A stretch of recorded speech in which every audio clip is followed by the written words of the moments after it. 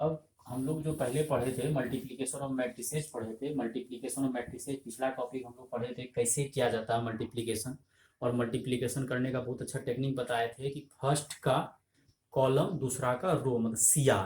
फिर बोले थे सीधा उससे भी समझ में नहीं आया तो क्या करिए, AB लिख दीजिए और A का ऑर्डर लिख दीजिए, B का ऑर्डर लिख दीजिए। बीच का मैच किया तो मल्टीप्लिकेशन पॉसिबल है, अदरवाइज मल्टीप्लिकेशन पॉसिबल नहीं है।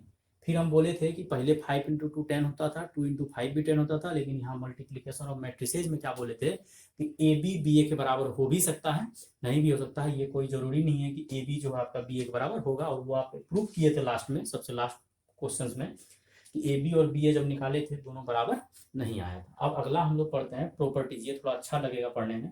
Properties of multiplication of matrices क्या होता है देखते हैं। Properties of multiplication of matrices. ये आपको देखना है कि दो मैट्रिक्स या तीन मैट्रिक्स जो भी मल्टीप्लाई करेंगे तो उसका कुछ ना कुछ प्रॉपर्टीज होता है। क्या प्रॉपर्टीज होता है वो हम देख रहे हैं। सबसे पहला प्रॉपर्टी जो कभी लास्ट पिछला वीडियो का लास्ट क्लास में जो हम लोग देखे थे कि AB जो है BA के बराबर नहीं होगा। कभी कभी हो सकता है लेकिन जनरली नहीं होगा। सबसे पहले हम लोग लिखते हैं AB is not equal to BA generally. और हम लोग तो वो चीज पढ़ेंगे जो कि हमेशा ट्रू हो। तो AB BA कभी कभी गलती से प्रूफ हो सकता है, लेकिन ऐसा जरूरी नहीं है कि होगा। तो AB is not equal to BA generally मतलब not commutative low.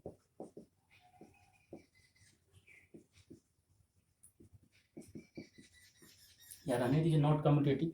Not commutative का मतलब होता है कि AB और BA को हम लोग उल्टा करके मल्टीप्लाई करेंगे, वो पॉसिबल नहीं होगा जनरली। दूसरा प्रॉपर्टीज क्या आता है कि अगर आपको तीन मैट्रिक्स का मल्टीप्लाई दे दिया तो तीन मैट्रिक्स का मल्टीप्लाई, थ्री मैट्रिक्स का मल्टीप्लीकेशन आप नहीं कर सकते हैं। वो तब होगा जब आपका ABC दिया हुआ कोई भी दो को करना पड़ेगा। फिर एक मुद्दा है, ये करे सर A को C से मल्टीप्लाई कर देते, नहीं, आप मैट्रिक्स को हिला डोला भी नहीं कर सकते, जगह चेंज नहीं कर सकते, जो जहां है वही अवेलेबल रहेगा।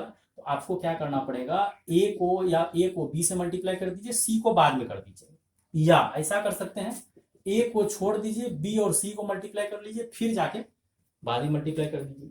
और या तो BC मल्टीप्लाई होगा तो A छूटेगा, उसको बाद में मल्टीप्लाई करना, या AB को करिएगा C छोड़ेगा। ऐसा नहीं हो सकता है सर B को छोड़ दीजिए और AC को आप मल्टीप्लाई कर दीजिए, नहीं। मल्टीप्लाई जब भी करना या तो शुरू का होगा या तो लास्ट का होगा, बीच वाले को छिड़कानी, पोजीशन चेंज नहीं कर सकते हैं। अब फिर थर्ड नंबर में आपका प्रॉपर्टीज आता है, ये थोड़ा स्टार है मेरी तरफ से, ये बढ़िया प्रॉपर्टी है, इसको ध्यान से देखिएगा। If AB is equal to 0 मतलब कोई भी दो मैट्रिक्स है उसका मल्टीप्लीकेशन 0 है। कोई भी दो मैट्रिक्स है जिसका मल्टीप्लीकेशन 0 है, तो दो मैट्रिक्स का मल्टीप्लीकेशन 0 होने का मतलब ये नहीं होता है कि आइदर A 0 हो जाए या B 0 हो जाए। ये बिल्कुल क्या है, गलत है। इंप्लाइज दैट लिखे इसमें कट कर दिया, नॉट इंप्लाइज मतलब ऐसा पॉसिबल नहीं है। मतलब दो मैट्रिक्स का मल्टीप्लीकेशन अगर 0 हो तो ऐसा कोई जरूरी नहीं है कि या तो A को 0 होना पड़ेगा या तो B को 0 होना पड़ेगा। पहले जब हम लोग पढ़ते थे 10th क्लास या 11th क्लास में क्वाड्रेटिक पढ़े थे, अगर लिखते थे x y is equal to 0 तो हम लोग बोलते थे या तो x 0 होगा या तो y 0 होगा। लेकिन मैट्रिक्स में ऐसा कोई जरूरी नहीं है कि दो मैट्रिक्स का मल्टीप्लीकेशन अगर 0 हो तो आइदर A 0 और B 0। तो ये आपका मैथमेटिक्स के तरफ से लिख दिया, लेकिन लैंग्वेज भी हम लिख देते हैं कि लैंग्वेज में कि if AB is equal to 0 then it is not necessary, मतलब कोई जरूरी नहीं है, नेसेसरी होना जरूरी नहीं है। मतलब कभी कभी हो सकता है, it is not necessary that, कभी कभी ऐसा हो सकता है। देखिए दो जीरो मैट्रिक्स को मल्टीप्लाई करेंगे 0 होगा नहीं होगा, वो कौन नहीं जानता 0 नहीं होगा। लेकिन AB मल्टीप्लीकेशन दो मैट्रिक्स का 0 तब भी हो सकता है जब वो 0 नहीं हो, तब भी 0 हो सकता है। AB is equal to 0 then it is not necessary that either A equal to 0 और B इक्वल टू 0। ऐसा कोई जरूरी नहीं है कि दो मैट्रिक्स का मल्टीप्लीकेशन अगर 0 होगा, it is not necessary that either A equal to 0 और B equal to 0। Because condition लिखाते हैं, because product of two non zero matrices also be 0। तो ऐसा कोई जरूरी नहीं है कि दो मैट्रिक्स का मल्टीप्लीकेशन 0 तभी होगा जब आपका मैट्रिक्स 0 होगा। हाँ, 0 मैट्रिक्स होगा उसका मल्टीप्लीकेशन 0 होगा, वो हम भी बोल रहे हैं, लेकिन विदाउट नॉन जीरो मैट्रिक्स का भी मल्टीप्लीकेशन जीरो हो सकता है। आपको हम एग्जाम्पल में समझा देते हैं, एक बहुत अच्छा एग्जाम्पल लेते हैं। 1 0 0 0 0 0 0 मान लीजिए 2 दे दिए। ये आपका ना तो ये जीरो है ना तो ये जीरो है, क्योंकि जीरो मैट्रिक्स का हम लोग पढ़े हैं कि जीरो मैट्रिक्स का रूल होता है कि each and every element zero होना चाहिए। तो यहाँ पे 3 एलिमेंट तो जीरो है, लेकिन एक एलिमेंट 1 है। तो अगर एक एलिमेंट 1 है तो ये मैट्रिक्स जीरो हो ही नहीं सकता है। ना तो ये जीरो मैट्रिक्स है ना तो ये जीरो मैट्रिक्स है। जीरो मैट्रिक्स का कंडीशन होता है each and every element zero होना चाहिए, दोनों में से कोई भी मैट्रिक्स जीरो नहीं है।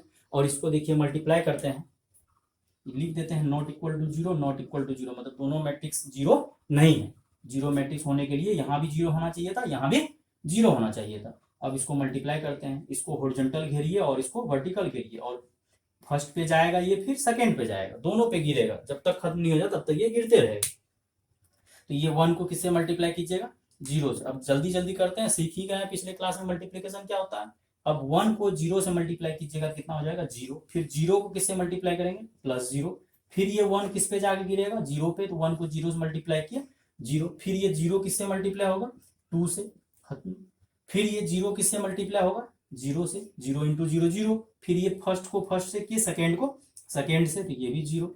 फिर ये जीरो किससे मल्टीप्लाई होगा? जीरो से। फिर ये जीरो किससे मल्टीप्लाई होगा? 2 से, तो 2 इंटू जीरो जीरो हो जाएगा। और फाइनली देखिए zero zero zero zero zero आ गया आपका। अगर ऐड करके लिखना तो लिख सकते हैं जीरो जीरो जीरो जीरो। तो फाइनली आपका आंसर कितना आ गया?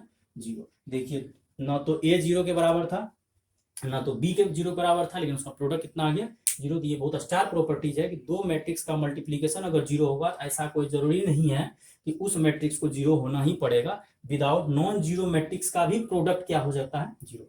याद रखना है कि कोई जरूरी नहीं है। आज अगर कोई बोले कि जीरो होने के लिए दोनों मैट्रिक्स को जीरो होना पड़ेगा, हाँ दोनों मैट्रिक्स अगर जीरो होगा तो उसका मल्टीप्लीकेशन जीरो होगा ही होगा, but two non zero matrix का भी प्रोडक्ट जीरो होता है। वो हम लोग प्रूव करके आपको दिखा दिए। 1 0 0 0 नॉन जीरो ये भी है, नॉन जीरो ये भी है, लेकिन उसका मल्टीप्लीकेशन कितना आया?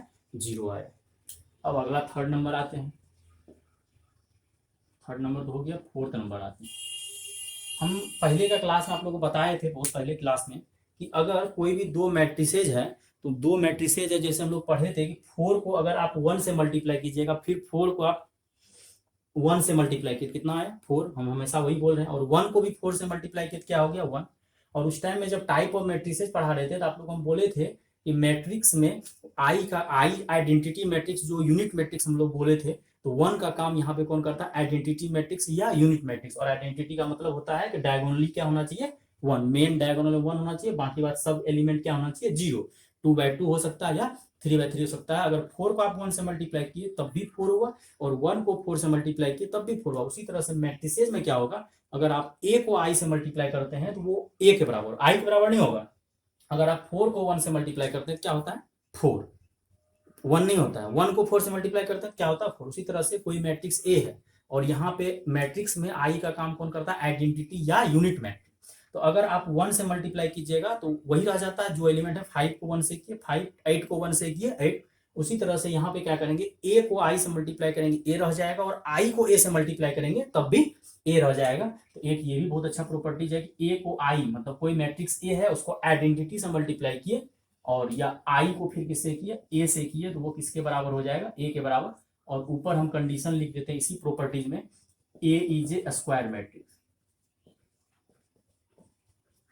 ए जो होना चाहिए स्क्वायर मैट्रिक्स होना चाहिए। तो ए को आई से कीजिए या आई को ए से कीजिए, ए के बराबर ही रह जाएगा। जैसे 4 को 1 से करते थे 4 ही रह जाता, तो उसी तरह से ए को आई से करेंगे तो ए ही रह जाएगा, क्योंकि यहाँ पर आई जो है आपका आइडेंटिटी की तरह काम करता है। अब अगला देखिए, प्रूफ करना है तो हम प्रूफ कर देते हैं। ए आई, मान लीजिए ए के जगह आप मान लीजिए क्या? ए बी सी डी, और आई अपना क्या करेगा? 2/2 अगर ए लिए हैं तो आई भी 2/2 लेंगे। 1 0 0 1 अपने मन से एग्जांपल मान लिए हैं। ए बराबर ए बी सी डी मान लिए हैं, ए बी सी डी। अब इसको मल्टीप्लाई करना है। अगर इसको आप मल्टीप्लाई कीजिएगा तो इसको हॉरिजॉन्टल घेरिएगा, इसको वर्टिकल घेरिएगा, तो ये इस पे जाएगा, फिर ये इस पे जाएगा। तो ये ए जो है आपको किससे मल्टीप्लाई होगा? 1 से। ए किसके मल्टीप्लाई होगा? 1 से। पहला को पहला से मल्टीप्लाई करेंगे, अभी पढ़े थे हम लोग। तो ए को 1 से मल्टीप्लाई किए, फिर बी को किससे मल्टीप्लाई करेंगे? 0 से। फिर ये ए को किससे मल्टीप्लाई करेंगे? 0 से। फर्स्ट को 0 से किए, दूसरा को दूसरा से करेंगे, तो बी इंटू कितना हो जाएगा? 1। फिर ये सी को किससे मल्टीप्लाई करेंगे 1 से, और ये डी को किससे मल्टीप्लाई करेंगे 0 से। फिर ये सी को किससे मल्टीप्लाई करेंगे 0 से, और डी को किससे मल्टीप्लाई, फर्स्ट को फर्स्ट से किया, सेकंड को सेकंड से किया। आप प्रैक्टिस कीजिएगा, धीरे धीरे सीख जाइएगा। अब यहाँ पे क्या करिए, ए को 1 से किए और बी को 0 से किए 0, फिर 0, बी को 1 से किए कितना हो गया बी, और सी को 1 से किए सी, डी को 0 से किए 0, और सी को 0 से किए 0, और डी को 1 से किए डी, और फाइनली आप देखिए क्या हो रहा, ए बी सी डी, ये किसके बराबर आ गया। यही बात हम बोलना चाह रहे थे कि कोई भी मैट्रिक्स को आप आई से मल्टीप्लाई कीजिए, वो जो मैट्रिक्स पहले था अभी भी वही रहेगा। इसी तरह से आपको अगर प्रैक्टिस करना होगा, साइड से प्रैक्टिस कर लीजिएगा। आई को अगर आप ए से मल्टीप्लाई कीजिए तब भी वही आएगा। और याद नहीं रहे तो याद रखना है कि जैसे सर हम 10 को 1 से मल्टीप्लाई करते हैं 10 रहता, उसी तरह से मैट्रिक्स में अपना 1 तो चलता नहीं है, तो 1 का काम कौन करता है, आई, आइडेंटिटी यूनिट मैट्रिक्स। तो जब होगा तो आई को ए से करे या ए को आई से करे, वही मैट्रिक्स के बराबर हो जाएगा जो पहले था। तो इसको लिख लीजिए। अब आगे हम लोग पढ़ते हैं प्रॉपर्टीज नंबर 4 तक पढ़े थे। क्या पढ़े थे, पहला प्रॉपर्टी पढ़े थे कि ए बी बी ए के बराबर नहीं होगा। फिर अगला पढ़े थे एसोसिएटिव बोला जाता है उसको, ए बी सी अगर 3 मल्टीप्लाई करने बोलेगा या तो पहला 2 को करिए या बाद वाले 2 को करिए। फिर आगे हम लोग पढ़े थे कि कोई भी 2 मैट्रिक्स का मल्टीप्लीकेशन अगर 0 होता है, ऐसा कोई जरूरी नहीं है कि उसको 0 होना ही पड़ेगा, 2 नॉन जीरो मैट्रिक्स का भी प्रोडक्ट 0 होता है। फिर 4th में पढ़े थे कि ए को आई से मल्टीप्लाई कीजिए या आई को ए से मल्टीप्लाई कीजिए, वही रहेगा। प्रॉपर्टी नंबर 5 पे आते हैं। ये प्रॉपर्टीज भी अच्छा है, मतलब अगर पढ़ा जाए इसको ढंग से बहुत अच्छा है। सबसे पहले हम लोग क्या करते हैं कि जैसे आप पहले क्या करते थे कि 1 का स्क्वायर 1 हो जाता था, अगर 4 का स्क्वायर बोलता था आप लोग डायरेक्ट 4 बोल देते, 16 बोल देते थे, सॉरी 4 का स्क्वायर 16 बोलते थे, 5 का स्क्वायर 25 बोलते थे। यहाँ भी स्क्वायर होगा, मैट्रिक्स का स्क्वायर हो सकता है, लेकिन तरीका अलग होगा। क्या होता है, अगर आपको A is a square matrix, if A is a square matrix, ज्यादातर प्रॉपर्टीज आपको स्क्वायर मैट्रिक्स में ही काम करेगा। A is a square matrix मानना है, मान सकते हैं of order N. Order N का मतलब भी पहले हम बता चुके हैं, एन बाय एन मतलब 2/2, 3/3, 4/4, 5/5। अब यहाँ पे क्या होता है, अगर आपको ए स्क्वायर निकालने बोलेगा तो आप डायरेक्ट मल्टीप्लाई नहीं कर सकते हैं। ए को किससे मल्टीप्लाई करिए, ए से। ए को ए से वही जैसे पहले करते थे वही काम करना। अगर आपको फिर ए क्यूब निकालने बोलेगा तो पहले आपको क्या निकालना पड़ेगा, ए स्क्वायर। यहाँ पे एक बड़ा लफड़ा यही आता है कि ए क्यूब हम लोग डायरेक्ट नहीं कर सकते हैं। अगर ए क्यूब अगर करना है तो हम लोग पहले ए स्क्वायर निकालना ही पड़ेगा, तब जाके ए क्यूब करते हैं। डायरेक्ट ए क्यूब हम लोग नहीं निकाल सकते हैं। फिर उसके बाद हमको अगर ए की पावर 4 निकालना है, फिर से ए क्यूब को किससे मल्टीप्लाई कर देंगे, ए से। मतलब बारी बारी से निकलेगा। ए स्क्वायर निकालना है तो ए को ए से मल्टीप्लाई, ए क्यूब निकालना है तो ए स्क्वायर को फिर से ए से मल्टीप्लाई कर दिए। यहाँ पे 2 पावर है, यहाँ पे 1 पावर है। फिर जब ए की पावर 4 निकालने बोला तो यहाँ पे ए क्यूब कर को किससे मल्टीप्लाई कर दिए, ए से। या इसका एक तरीका और था कि ए की पावर 4 सर हमको जल्दी निकालना है तो ए स्क्वायर से किससे मल्टीप्लाई कर दीजिए, ए स्क्वायर। लेकिन पहले आपको ए स्क्वायर निकालना पड़ेगा, तब जाके ए स्क्वायर को ए से करना पड़ेगा। इसी तरह से आपको अगर ए की पावर एन करना है तो इसी तरह से रूल फॉलो करना है। ए की पावर एन निकालने के लिए पिछला वाला निकालिएगा या ए को एन बार लिखिएगा, मल्टीप्लाई कर दीजिएगा। और यहाँ पे एक बात आता है कि एन बिलोंग्स टू क्या होना चाहिए, नेचुरल। मतलब जब भी पावर देंगे हम लोग नेचुरल नंबर पावर देंगे, जैसे पावर 1, पावर 2, पावर 3। पावर हम लोग 1/2 फ्रैक्शन पावर नहीं दे सकते हैं, निगेटिव पावर नहीं दे सकते हैं। पावर जब भी होगा पावर अपना नेचुरल नंबर फॉलो करेगा, ये रूल जो फॉलो करता है। तो ये हम लोग सीखे हैं कि अगर ज्यादा पावर निकालना हो ए स्क्वायर ए क्यूब, इसके लिए आपको क्वेश्चंस को आगे कंटिन्यू करना पड़ेगा। अब एक एग्जांपल देखिए question, if A is equal to 1 2 -1 4 then इसे हम आपको पूछ रहे हैं जनरली 5a + 6i, ए स्क्वायर -5a + 6i। इस क्वेश्चन को बनाने से पहले सबसे पहले आपको क्या करना पड़ेगा, ए स्क्वायर निकालना पड़ेगा। फिर क्या निकालना पड़ेगा, 5a, वो 5 से मल्टीप्लाई कर देंगे और आई की जगह जो है रख देंगे। तो इस क्वेश्चन को सॉल्व करने से पहले हम लोग क्या करेंगे, ए स्क्वायर निकालेंगे और क्वेश्चन को बढ़िया बनाने के लिए पहले लिख देना है कि गिवन दैट क्या दिया हुआ है, आपका जो गिवन है वो लिख देना है, को जो भी चीज दिया हुआ है एग्जाम में। 1 2 -1 4। अब इसको जब हम लोग ए स्क्वायर निकालना है, इम्प्लाइज दैट करके ए स्क्वायर जो निकालना है, तो ए को आपको 2 बार लिखना ही पड़ेगा, तब जाके मल्टीप्लाई होगा। नहीं तो कुछ बच्चा कहता है सर स्क्वायर करना है तो कर दीजिए डायरेक्ट, 1 का स्क्वायर 1, 2 का स्क्वायर 4, -1 का स्क्वायर 1, 4 का स्क्वायर 16। ये नहीं करना है। मल्टीप्लाई जब भी करना है आपको, मल्टीप्लाई का यही रूल होता है कि अगर ए स्क्वायर करना है तो आपको ए 2 बार अगर ए स्क्वायर करना है तो आपको ए 2 बार लिख के मल्टीप्लाई करना होगा। ये नहीं कि गलती कर दी डायरेक्ट स्क्वायर कर दी, गलत कंसेप्ट है, ये नहीं कर सकते हैं। तो ए लिखते हैं 1 2 -1 4, फिर यहाँ अगला लिखते हैं 1 2 -1 4 लिख दिए। अब मल्टीप्लाई करने के लिए बहुत अच्छे से हम लोग सीख गए हैं, प्रैक्टिस काफी हो चुका है। यहाँ 1 2 है, यहाँ 1 और -1, ये इस पे गिरेगा, फिर ये दूसरा पे गिरेगा। फर्स्ट रो पहला को या हॉरिजॉन्टल घेरना है, दूसरा को वर्टिकल घेरना। अब ये 1 क्या होगा, 1 कहाँ पे जाएगा, 1 को किससे मल्टीप्लाई करेंगे, 1 से। फिर ये 2 को किससे मल्टीप्लाई करेंगे, -1 से। फिर ये 1 को किससे मल्टीप्लाई करेंगे, 2 से। फिर ये 2 को किससे मल्टीप्लाई करेंगे, 4 से। बहुत आसान है, बताए थे कि 1 2 को सीधा उस पर गिराना है तो वो पहला पे गिरेगा, दूसरा पे गिरेगा। उसी को हम लोग बोलते हैं कोरस्पॉन्डिंग एलिमेंट में सेम पोजीशन वाला एलिमेंट मल्टीप्लाई होगा। तो ये 1 इस पे 1 से मल्टीप्लाई हुआ, 2 -1 से। फिर ये 1 किससे हुआ, 2 से, और ये 2 किससे हुआ, 4 से। फिर जो काम पहला रो के लिए हुआ है वही काम दूसरे रो के लिए होना है। तो ये फिर इसको इस पे लेके चलना है। तो ये -1 किससे मल्टीप्लाई होगा, 1 से। फिर ये 4 किससे मल्टीप्लाई होगा, -1 से। फिर ये -1 किससे मल्टीप्लाई होगा, 2 से। फिर ये 4 किससे मल्टीप्लाई होगा, 4 से। यहां से आपका आ गया 1 -2 2 +8, फिर यहाँ -1 -4 -2 +16, और यहां से आपका फाइनल आ जाएगा -1 10 -5 और यहाँ पे 14। ये आपका आ गया ए स्क्वायर। अब क्या करना है, हमको देखना है क्या निकालने बोल रहा है। नाउ अब क्वेश्चन के पास आते हैं कि क्या निकालने बोल रहा है। A square -5a + 6i।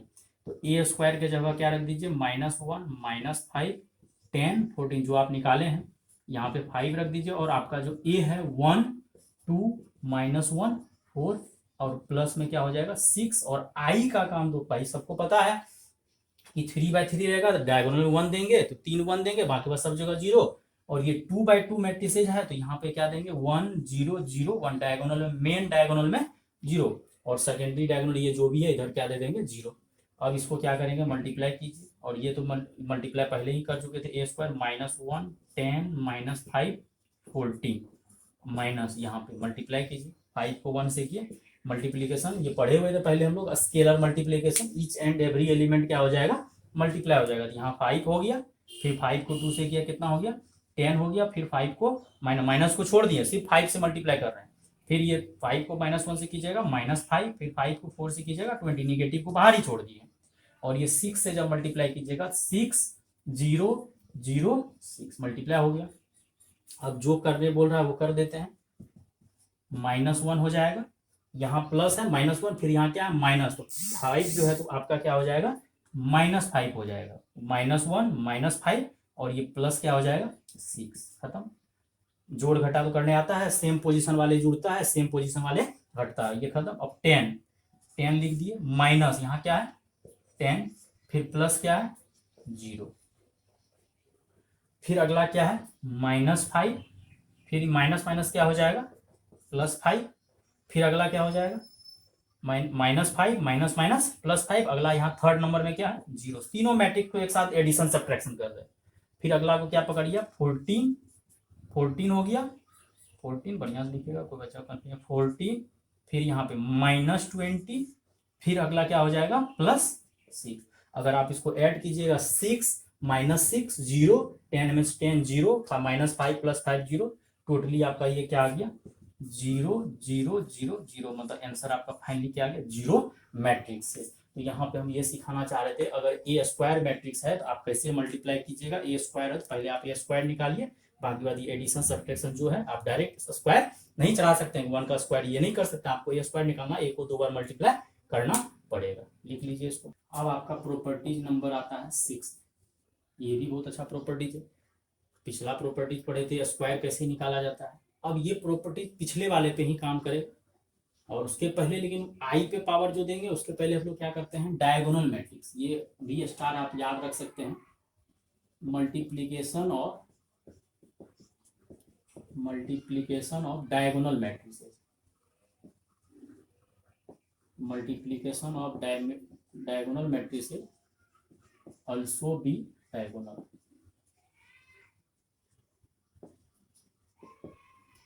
Multiplication of diagonal matrices, मतलब एक या एक, दो या दो से अधिक डायगोनल मैट्रिसेस। डायगोनल मैट्रिसेस का आपको जानते थे कि डायगोनल का रूल होता है कि डायगोनल को छोड़ के बाकी बात सब क्या होना चाहिए, जीरो।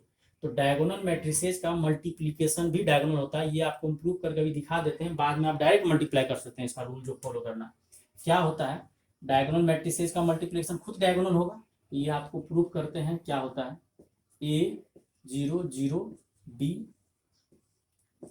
पी 0 0 क्यू, ये आपका हो गया। अब यहां से इसको मल्टीप्लाई करते हैं।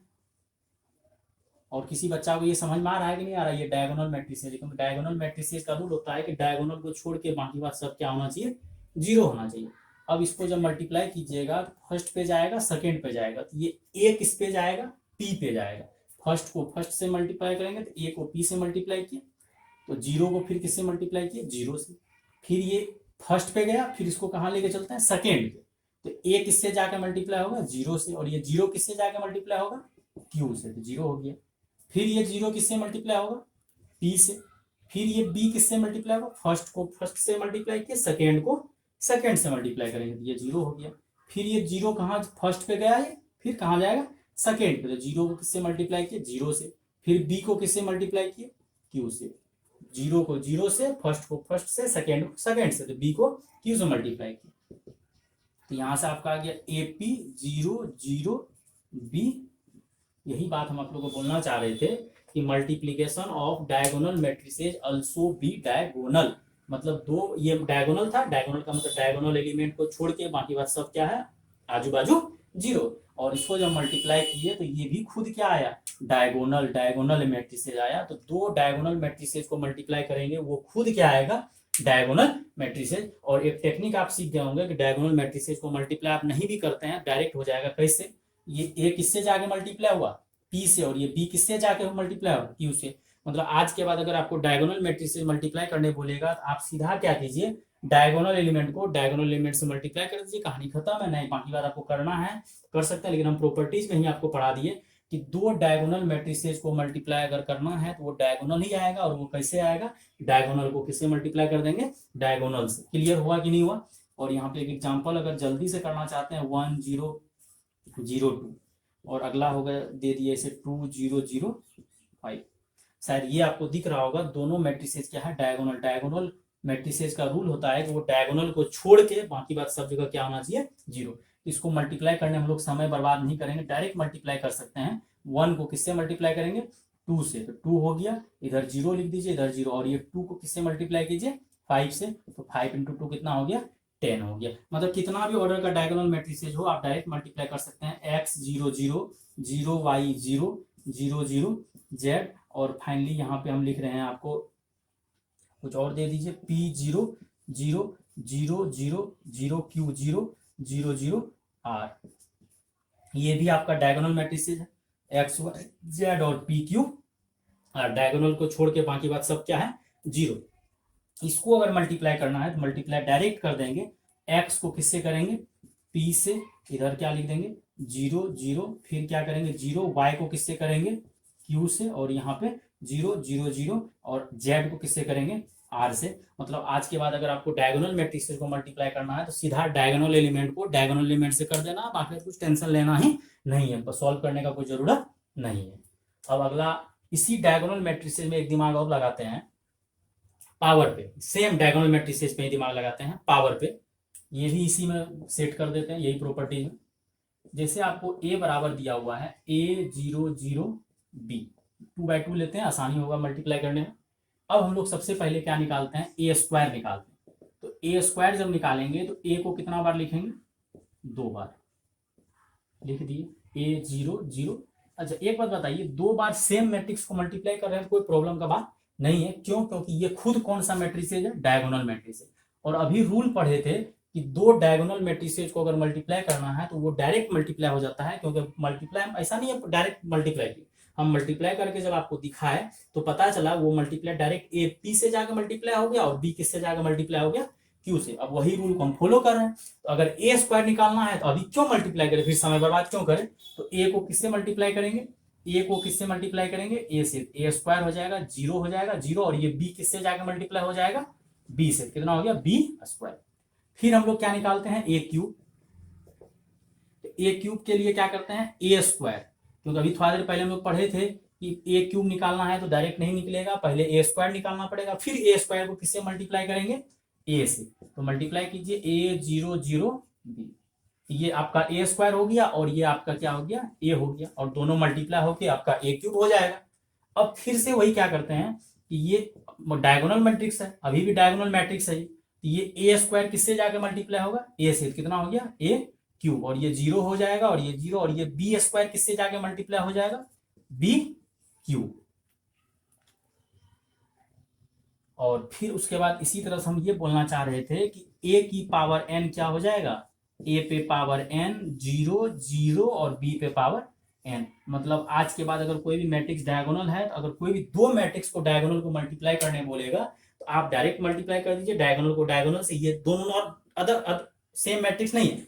अगला अगर सेम मैट्रिक्स देगा, आपको ए स्क्वायर निकालने बोलेगा, फिर से वही रूल, ए से बी से, तो बी स्क्वायर 3 पावर है तो यहाँ पे गलती हो गया, बी स्क्वायर को बी से मल्टीप्लाई करेंगे तो यहाँ पे कितना हो जाएगा, बी क्यूब। और इसी तरह से फिर पावर 4 निकालेंगे तो यहाँ पावर 4 आ जाएगा, dash dash dash dash, similarly हम लोग बोल दिए कि ए की पावर एन क्या हो जाएगा, ए की पावर एन बी की पावर एन 0 0 हो जाएगा। इस तरह से भी हम लोग मल्टीप्लाई कर सकते हैं। तो याद रखना है कि डायगोनल मैट्रिक्स का मल्टीप्लाई सबसे पहले डायगोनल होता है। क्यों होता है, प्रूव करके दिखा दिए। फिर अगला बोले कि डायगोनल मैट्रिक्स को आप डायरेक्ट मल्टीप्लाई कर सकते हैं, डायगोनल को डायगोनल से कर दीजिए, और अगर कोई डायगोनल मैट्रिक्स अगर आपको पावर पूछेगा तो आप डायरेक्ट डायगोनल पे पावर दे दीजिए, समझे ना, इसको लिख लीजिए।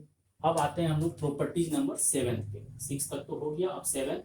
और पिछला प्रॉपर्टी जो आप लोग 6 पढ़े थे बहुत आसान था, क्या पढ़े थे, डायगोनल मैट्रिक्स का मल्टीप्लीकेशन डायगोनल होगा, और दो डायगोनल को मल्टीप्लाई अगर करना है तो डायरेक्ट मल्टीप्लाई कर सकते हैं, लेकिन वो मैट्रिक्स क्या होना चाहिए, डायगोनल होना चाहिए। और डायगोनल मैट्रिक्स पे अगर पावर बोलेगा तो आप डायरेक्ट पावर दे सकते हैं। तो चलिए ये प्रॉपर्टीज पढ़ाने से पहले एक एग्जाम्पल और दे देते हैं। एक एग्जाम्पल क्या है कि 3x3 कर देते हैं। जैसे कोई मैट्रिक्स है आपका a 0 0 0 y z, नहीं यहाँ 0 दीजिए, और फिर अगला क्या दीजिए 0 0 z, ये डायगोनल मैट्रिक्स है। एक एग्जांपल पिछले वाले प्रॉपर्टीज पे x y z, बाकी बात सब जगह आपको 0 दिए, और यहाँ से अगर आपको a की पावर n पूछा जाएगा तो क्या हो जाएगा, x की पावर n 0 0 डायरेक्ट बना देना, 0 y की पावर n 0 0, और पिछला हम बताए थे क्यों होता है, जब स्क्वायर निकाले क्यूब निकाले तो वही आ रहा है, तो डायरेक्ट बना सकते हैं। और फिर अगला प्रॉपर्टी, अब हम बोल रहे हैं आपको प्रॉपर्टी नंबर 7 कि क्या पढ़े कि डायगोनल मैट्रिसेस का मल्टीप्लाई खुद क्या होता है, डायगोनल होता है, और वो भी क्या होता है, डायगोनल एलिमेंट से मल्टीप्लाई होता है। तो ये आई जो है आइडेंटिटी मैट्रिक्स, ये खुद तो डायगोनल मैट्रिक्स होता है। बस डायगोनल मैट्रिक्स का क्या खासियत होता है कि उसका डायगोनल एलिमेंट्स अदर कुछ भी हो सकता है, 1 2 3 कुछ हो सकता है। और आइडेंटिटी का क्या खासियत होता है, उसका आइडेंटिटी में क्या होता है, डायगोनल एलिमेंट्स तीनों का तीनों क्या होना चाहिए, 1 1 1 होना चाहिए। तो वही चीज हम लिखना चाह रहे हैं कि आई पे पावर एन दीजिएगा तो वो किसके बराबर होगा, आई के बराबर। मतलब आज के बाद आई स्क्वायर बोले या आई क्यूब बोले या आई की पावर 4 बोले, सब किसके बराबर होगा, आई के बराबर होगा। और ये बात जैसे हम लोग पहले क्या करते थे, पहले पढ़ते थे 1 पे पावर कुछ भी दे दो 1 होगा, 1 पे पावर 10 दे दो 1 होगा, 1 पे पावर 3 दे दो 1 होगा, 1 पे पावर 5 दे दो 1 होगा। तो यहाँ सेम वही काम ये करता है कि आई पे पावर दे, आई हम थोड़ा देर पहले भी बोले थे कि ए को आप अगर आई से मल्टीप्लाई कीजिएगा तो क्या हो जाएगा, ए को अगर आई से मल्टीप्लाई किया ए हुआ था ना, यहाँ पे अपना मैट्रिक्स में 1 का काम आई करता है, आइडेंटिटी मतलब 1 हो गया, क्योंकि उसका डायगोनल एलिमेंट्स क्या होता है 1। बाकी बात आप प्रूव करने बोलिएगा तो हम प्रूव करते हैं। मान के चलिए हमको आई स्क्वायर निकालना, आई को कितना बार लिखना है, 2 टाइम्स, और आई का मतलब होता है 1 0, हम 2/2 लेते हैं, 3/3 में भी काम करेगा, 2/2 लेते हैं, क्योंकि 2/2 में क्या होगा, जल्दी मल्टीप्लाई हो जाएगा 1 0। अच्छा, अभी थोड़ा देर पहले बोले थे कि डायगोनल मैट्रिक्स का मल्टीप्लाई डायगोनल होता है, और वो हम लोग डायरेक्ट करने सीख गए, तो पावर भी देना है, डायरेक्ट पावर दे सकते हैं। तो ये बात बोलिए, तो ये डायगोनल मैट्रिक्स है कि नहीं, हाँ है।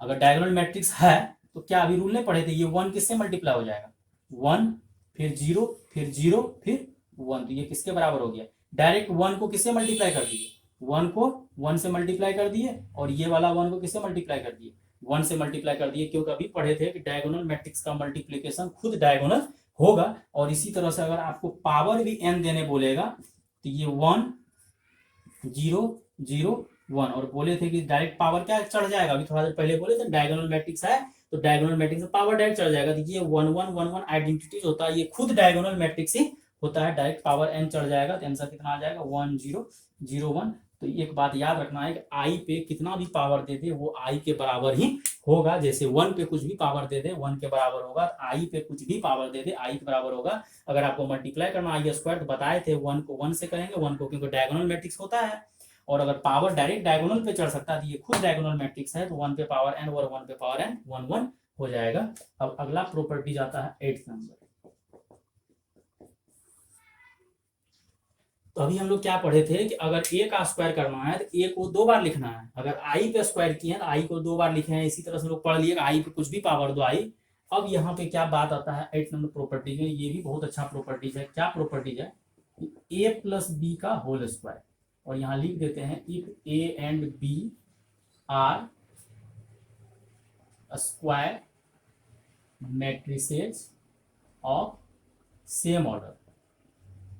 ए और बी जो है आपका कौन सा मैट्रिसेज है? स्क्वायर मैट्रिसेज, और वो भी क्या? सेम ऑर्डर होना चाहिए। स्क्वायर जैसे 2x2 या 3x3, इससे ज्यादा तो लोग पढ़ना नहीं है, 4x4, तो ऑर्डर दोनों का सेम होना चाहिए। तो अब अगला मुद्दा आता है कि ए प्लस बी का होल स्क्वायर करना है। तो बच्चा लोग जो अंडर 10 में फॉर्मूला पढ़ता है, सर ए प्लस बी का होल स्क्वायर का फॉर्मूला होता है A square plus 2ab plus B square. तो बच्चा लोग क्या करता है, ये वही लगा देता है A square plus 2ab plus B square, जो कि बिल्कुल क्या है? गलत है। ये फॉर्मूला नहीं होगा। ए प्लस बी का होल स्क्वायर का formula A square plus 2ab plus B square नहीं होगा। हम लोग क्या करेंगे, फॉर्मूला नहीं लगाया जाता, इसको क्या किया जाता है, ए प्लस बी का अगर होल स्क्वायर बोलेगा तो आपको क्या करना पड़ेगा, ए प्लस बी को 2 बार लिखना पड़ेगा। जैसे अभी ए स्क्वायर जब निकालना होता था तो ए इंटू ए करते थे, उसी तरह से ए प्लस बी का होल स्क्वायर के लिए आपको A plus B into A plus B करना होता है, और इसको आपको बारी बारी से मल्टीप्लाई करना होगा। ए को किससे मल्टीप्लाई कीजिए?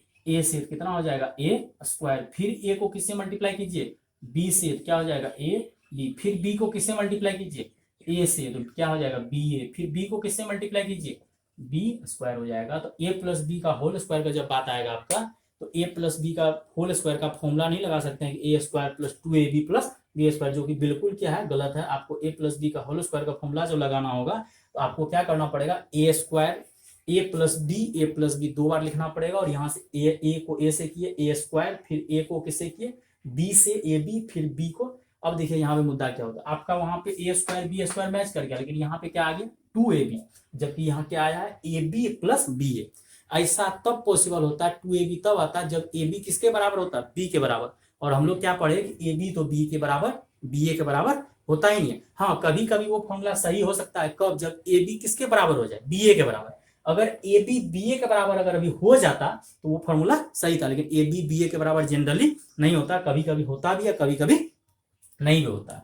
अब ये सेकेंड नंबर, इसी में a माइनस बी का होल स्क्वायर जब पूछा जाए तो बच्चा लोग बोलता है A square minus 2ab plus B square, जो कि ये भी आपका जनरली क्या है? गलत है। ये फॉर्मूला आपका काम नहीं करेगा। अगर आपको a माइनस बी का होल स्क्वायर निकालना है तो आपको a माइनस बी को कितना बार लिखना पड़ेगा? 2 टाइम्स लिखना पड़ेगा। क्या? a को किससे मल्टीप्लाई कीजिए? a से, कितना होगा? a square. फिर a को किससे मल्टीप्लाई कीजिए? b से, लेकिन माइनस है तो माइनस बी ए। फिर ये माइनस बी को किससे मल्टीप्लाई कीजिए? a से, तो माइनस बी ए। फिर माइनस बी क्या हो जाएगा? Plus B square. फिर से वही मुद्दा, सर वहां मैच कर रहा थोड़ा थोड़ा, ए स्क्वायर बी स्क्वायर, लेकिन वहां पे आया आपका फॉर्मूला भी जो रट्टा पहले जो चलता था अलजेब्रा में, माइनस 2ab, जबकि यहाँ क्या था? माइनस बी ए आया है और माइनस ए बी आया है, और ये दोनों बराबर होता ही नहीं है। अगर ये दोनों बराबर होता तो फॉर्मूला सही था, लेकिन बराबर नहीं होता। ए बी कभी भी बी ए बराबर नहीं होता जनरली, कभी काल हो जाए तो हो जाए। थर्ड नंबर अब आता है ए प्लस बी इंटू ए माइनस बी। बच्चा लोग लिख देता है सर ए स्क्वायर माइनस बी स्क्वायर, जो कि ये भी आपका क्या है? गलत। ए प्लस बी इंटू ए माइनस बी का फॉर्मूला यहाँ काम नहीं करेगा। मतलब आपको जो भी फॉर्मूला पढ़ाया गया है पहले वो सब फॉर्मूला यहाँ काम नहीं करेगा। यहाँ पे अगर है तो मल्टीप्लाई करना ही पड़ेगा, जिसको आपको बारी बारी से मल्टीप्लाई करना पड़ेगा। ए को किससे मल्टीप्लाई कीजिए? ए से, कितना होगा? ए स्क्वायर। फिर ए को किससे कीजिए? माइनस बी से, क्या हो जाएगा? माइनस बी ए। और मल्टीप्लाई करने के बाद ध्यान रखना है कि ए को ए से मल्टीप्लाई किए, ए स्क्वायर लिख दिए। ए को बी से मल्टीप्लाई कर रहे हैं, पहले ए लिखेंगे फिर जाके क्या लिखेंगे? बी। ऐसा नहीं है कि सर बी ए लिख दीजिए ना कुछ नहीं होगा, नहीं। वो 4 इंटू 2 इंटू 4 8 होता था, लेकिन मैट्रिक्स में ए बी बी ए कभी बराबर नहीं होता है। तो इसलिए ए को अगर आप बी से मल्टीप्लाई कर रहे हैं, पहले ए आएगा फिर जाके क्या आएगा? बी आएगा। अब फिर से बी को किससे मल्टीप्लाई कीजिए? ए से। अब यहाँ पे आपको बी ए लिखना पड़ेगा, ए बी नहीं लिख सकते हैं। क्यों? क्योंकि बी को आप ए से मल्टीप्लाई कर रहे हैं, पहले बी आएगा फिर जाके कौन आएगा, ए आएगा, और ये प्लस माइनस क्या हो जाएगा, माइनस, मतलब आपका ये ए बी स्क्वायर माइनस में था, वहां पे ए स्क्वायर भी था लेकिन ये नहीं था।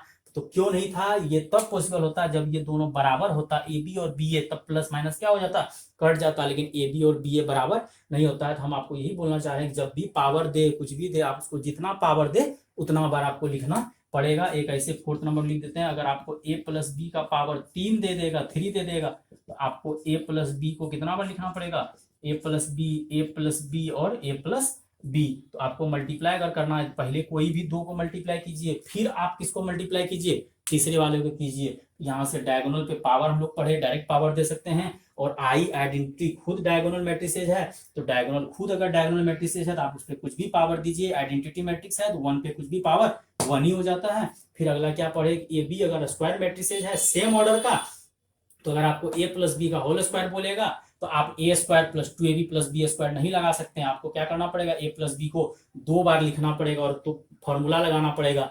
ए को ए से मल्टीप्लाई किए ए स्क्वायर, ए को जब बी से मल्टीप्लाई कर रहे हैं तो ए को कर रहे हैं बी से, पहले ए आएगा फिर बी, बाद में जब बी को मल्टीप्लाई ए से कर रहे हैं तो पहले बी आएगा फिर बी ए लिखाएगा और बी स्क्वायर, और ए बी और बी ए कभी बराबर नहीं होता। फिर इसी तरह से ए माइनस बी का होल स्क्वायर अगर बोलेगा, A square minus 2ab minus plus B square, ये भी गलत, उसको भी आपको करना पड़ेगा। अगर 3 पावर देगा तो 3 बार कीजिए, अगर 4 पावर देगा तो 4 बार मल्टीप्लाई कीजिए। तो ये आप लिख सकते हैं। प्रॉपर्टी नंबर 7 तक हो गया आपका। ये भी बहुत अच्छा प्रॉपर्टीज था कि आप पावर कैसे करते हैं हैंडल, तो आपको पावर कैसे करना पड़ेगा। ठीक है, तो इसको छाप लीजिए।